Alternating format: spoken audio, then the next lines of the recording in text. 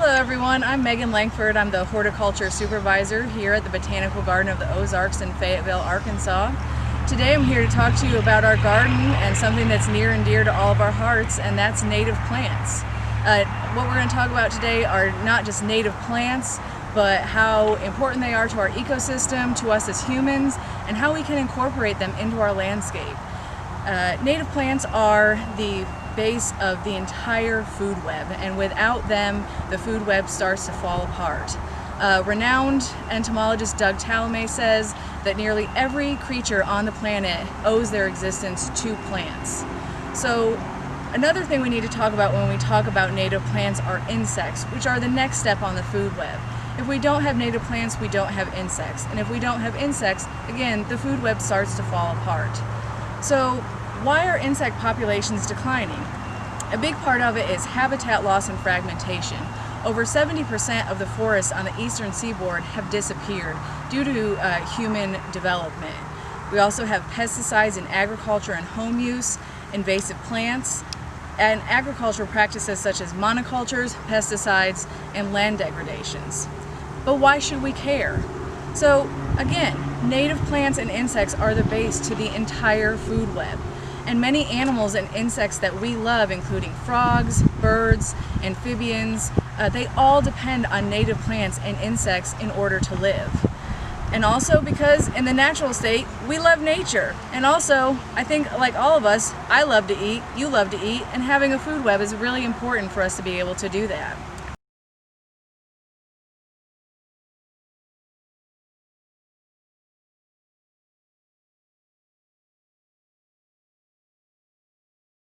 Also, we're seeing a sharp decline in our populations of the animals that we just talked about that we love so much, like birds and amphibians, and pollinators like butterflies and bees. And again, it all goes back to native plants. And we as humans, we depend on our ecosystem for food, clean air, clean water, medicine for it to buffer storms, and so much more. It's just so important that we take care of our ecosystem. So we also need to talk about, well, what is a native plant? So a native plant is a plant that has evolved in an area and provides ecosystem services, including food for insects and our native fauna. So we've talked about why natives are important. Why should we plant natives in our own backyards? Because of so much loss of habitat, we as gardeners are able to replace some of that habitat and food for our insects and for the food web. 90% of insects are specialists, which means they can only eat one or maybe two species of plants. And if those plants aren't available, then there's nothing for them to eat. Again, I've said it before, native plants are the base for our food web. Another great thing about native plants is they use much less water. A typical landscape in a year will use 56,000 gallons of water, but a native landscape only uses 6,000 gallons of water. It also saves you a lot of time and money when you're taking care of your landscape. Additionally, using native plants will reduce or eliminate your need for pesticides or synthetic fertilizers. They're more suited to the environment because they've evolved here. They stabilize the soil via a robust root system that can go up to 3 to 4 times as deep as non-native plants, thereby stabilizing the soil, increasing water filtration, and also sequestering carbon. You really can't go wrong with native plants. If you're like me, you probably don't have much time on your hands to take care of your yard.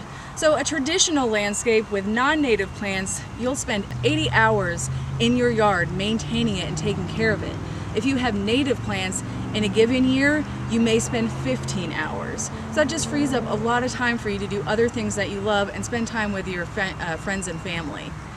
So we've talked about why they're important, but what can we as gardeners do to fill in the gaps that are left by the loss of habitat?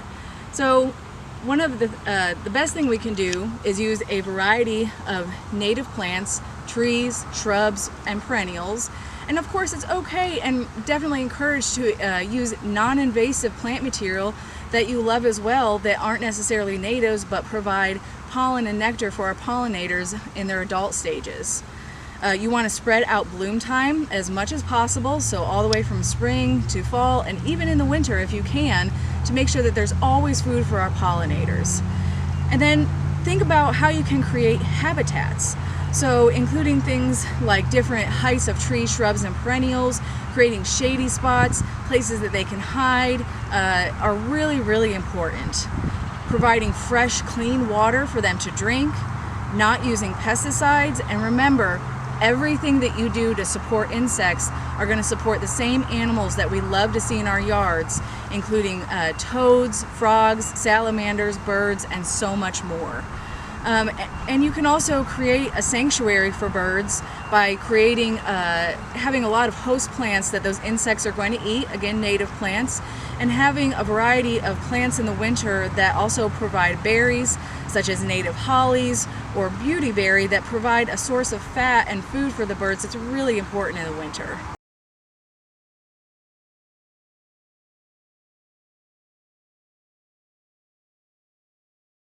Having a few holes in your plants is no big deal, and most of the time you're not even going to notice it. Something like a species of a native oak supports several hundred different species of insects, and you're not even going to notice the few little holes that are left by them munching on the leaves.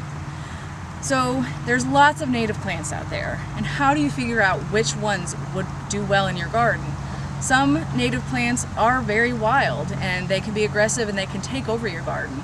But the great thing is Lissa Morrison, a local native plant educator and designer, has been compiling a list of what we call well-behaved natives for almost 30 years. And she's been so gracious as to share this list with us, and we're going to put it on our website, bgozarks.org. That's bgozarks.org.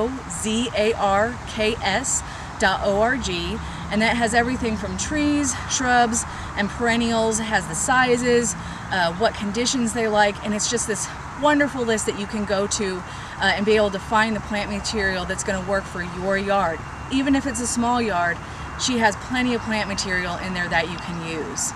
Another great site to use if you're trying to figure out if the plant you have is native or not is called BONAP. It's B-O-N-A-P. All you have to do is go to any search engine, type in the genus of the plant, the word BONAP afterwards. It's going to take you into a map, and you'll be able to see if that plant is native specifically to your region. It's a really wonderful resource that anybody can use for free online. And then the last thing I want to talk about before I take you on a tour of our garden and show you not only our natives garden, but how we've incorporated natives into the rest of the garden, much more like what you would do at home, I want to talk about one more thing you can do to help insects. So we've done all this great job bringing insects into our yard, planting native plants, giving them habitat and water, but we have to make sure they can make it through the winter. And in order to do that, all we have to do is nothing. You leave your garden beds messy until about the 1st of March. I know for some people that's hard. You like to have a nice tidy yard. That's okay. If you can leave a little bit of leaf litter here and there, leave up some of the stems of native plants, it's going to go a long way to help those insects overwinter and get the next generation going in the spring. So now that we've talked about the importance of native plants, let's go for a walk and see some of the beautiful plants that we have in our garden. At the beginning of the video, you can see these beautiful plants behind me, and here are 3 great examples of native plants. This is a native Baptisia or wild indigo. It comes in several different colors, but yellow is absolutely stunning this time of year. We have our native columbine, which can be a little bit of an aggressive spreader, but it's really beautiful, and the flowers stay for a long time. There are a lot of cultivated columbines as well, but this is the actual species native. Over here we have our Arkansas blue star, which is a type of Amsonia, and there is also a Texas blue star, but this one is specific to Arkansas. It doesn't look like much now. When these 2 plants bloom behind me, they're absolutely incredible.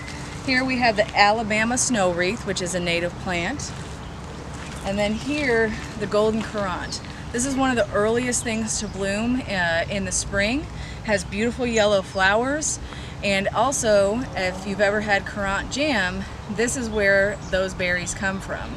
So over the next few months they'll grow and mature, and then the birds will come and eat them. You can also take some of them for yourself if you like to make jam or jelly, but mostly at home I like to leave them for the birds. Here you go. One of my favorite natives. This is a 9-bark, and there are many cultivated natives from this one that you'll see in the nursery center. Some are purple, some are yellow, but this is the straight native. It likes a little shade, and you can see, although the flowers are almost spent, just right here you can see how beautiful that would be when it's in full bloom. Alright, here is one more cultivated native 9-bark. So you can see you can really get a wide variety of colors for your garden depending on what you're looking for. This one is just absolutely stunning with the yellow color. It's really going to shine in your garden and offset some of the green, and it's just absolutely beautiful. Here in our rock water garden, you see we have incorporated natives into the garden, and right now you're seeing a native bee feeding on a native plant. This is another type of baptisia. You can see this one has purplish flowers, and the bees just absolutely love it. Even though our butterfly house isn't quite currently open, I want to talk about some of the important natives that we use here. Unlike a lot of other butterfly houses, we have only native butterflies, which means we have everything from eggs to caterpillars to chrysalids and butterflies. It's a really amazing place to see all the different life cycles. Here you can see we have our pipe vine, which the pipe vine swallowtail caterpillar will eat the leaves. It will eventually get large enough to turn into a chrysalid, and then after just a few weeks it's going to hatch out into a beautiful butterfly. Over here we have our wafer ash, which is another native plant that is a host plant. This is typically used by the giant swallowtail, and in the middle of summer they will literally eat every single leaf off of this plant. It's really incredible to see. We have what is typically called a tulip tree. It has beautiful tulip-shaped flowers on it in early spring. This is also a host plant for different types of swallowtails that are native to Arkansas. This tree will get very large, I think approximately 80 feet tall and at least 60 feet wide if it's planted in your yard. So you want to make sure you have room for it to grow if you plant this in your yard.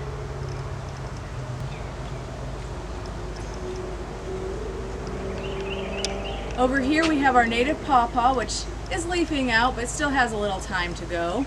This plant is great for multiple reasons. It provides food for the zebra swallowtail. It also provides food for humans and some of our other neighbors like raccoons when the fruits mature in late summer and early fall. All around, it's just an amazing plant to have in your yard. It doesn't get very large. It does definitely want to be in some shade, but it's an easy fruit tree that you can grow in your own backyard. Talked about zizia, and you could see the yellow flowers blooming.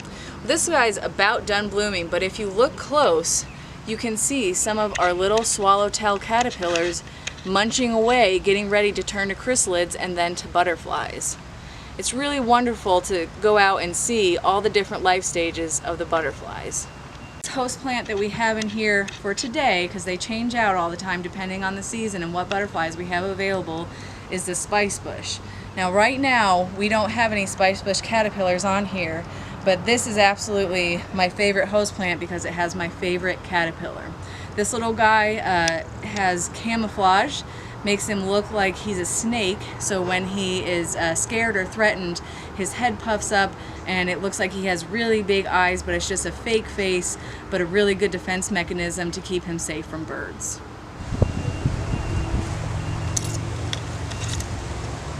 If you've ever gone hiking or kayaking or canoeing in Arkansas, you're familiar with this plant even if you don't know it. This is called trumpet vine. This is an absolute wonderful native. However, you have to make sure that you don't plant it anywhere in a cultivated garden. It will spread everywhere by underground roots. So if you're going to plant this in your yard, make sure it has a sturdy trellis and make sure you can mow for at least 50 feet around it. Otherwise, again, it's going to come up everywhere that you don't want it.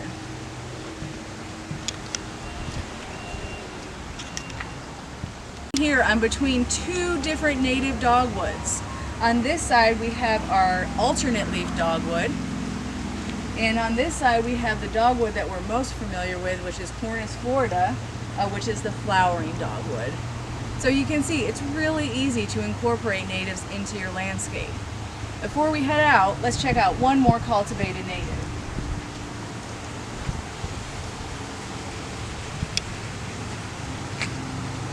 So the last plant we're going to talk about today is Virginia creeper. So you really do need the straight native in order for it to be a host plant. But this will still offer some great nectar and pollen to our pollinators when it flowers.